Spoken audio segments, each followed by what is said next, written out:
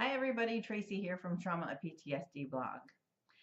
I want to talk to you today about something that happened to me over the weekend that I'm still kind of processing and I think is an important lesson for all of us who have lived through any kind of childhood trauma. I went to visit old friends from my childhood. I moved 1,000 miles away from where I grew up, and this past weekend I decided to go back and visit these people. And when I was at their house, we got into a conversation about some of the things I had been through that I recently revealed, and was pretty much told that I needed to keep the people in my life who were abusive to me. That they're my family, and family is family, and that's that. And I found myself going to bed that night feeling guilty that I had come out and said anything to anybody, that maybe I should have just kept my mouth shut and stayed in silence.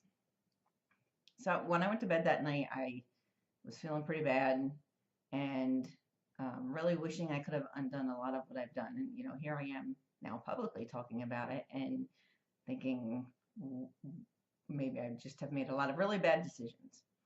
And so I left the next day, and as I was flying home on the plane, it really occurred to me that this is how generational violence continues.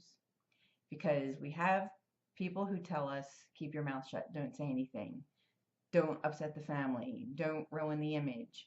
And you think that you're the one who's crazy, and you think you're the one who has the issue, and so you should just keep your mouth shut and not say anything. But here's the thing, folks. Nobody has the right to abuse you. There's no law that says because they're family, they get to do what they want to you. You have a right to not be taken advantage of, not be hurt, not be molested in my case, and you have a right to heal from that. And no one has the right to tell you to keep your mouth shut. So I think the takeaway for this for me, and I hope for you, is that if someone challenges you and says, why are you talking about this? Why are you upsetting the family? Try to remove yourself from the situation and really look at it objectively, because the truth is this is how abuse continues. And if I hadn't spoken out, there's a good chance people behind me will be abused as well, and the generational abuse will continue.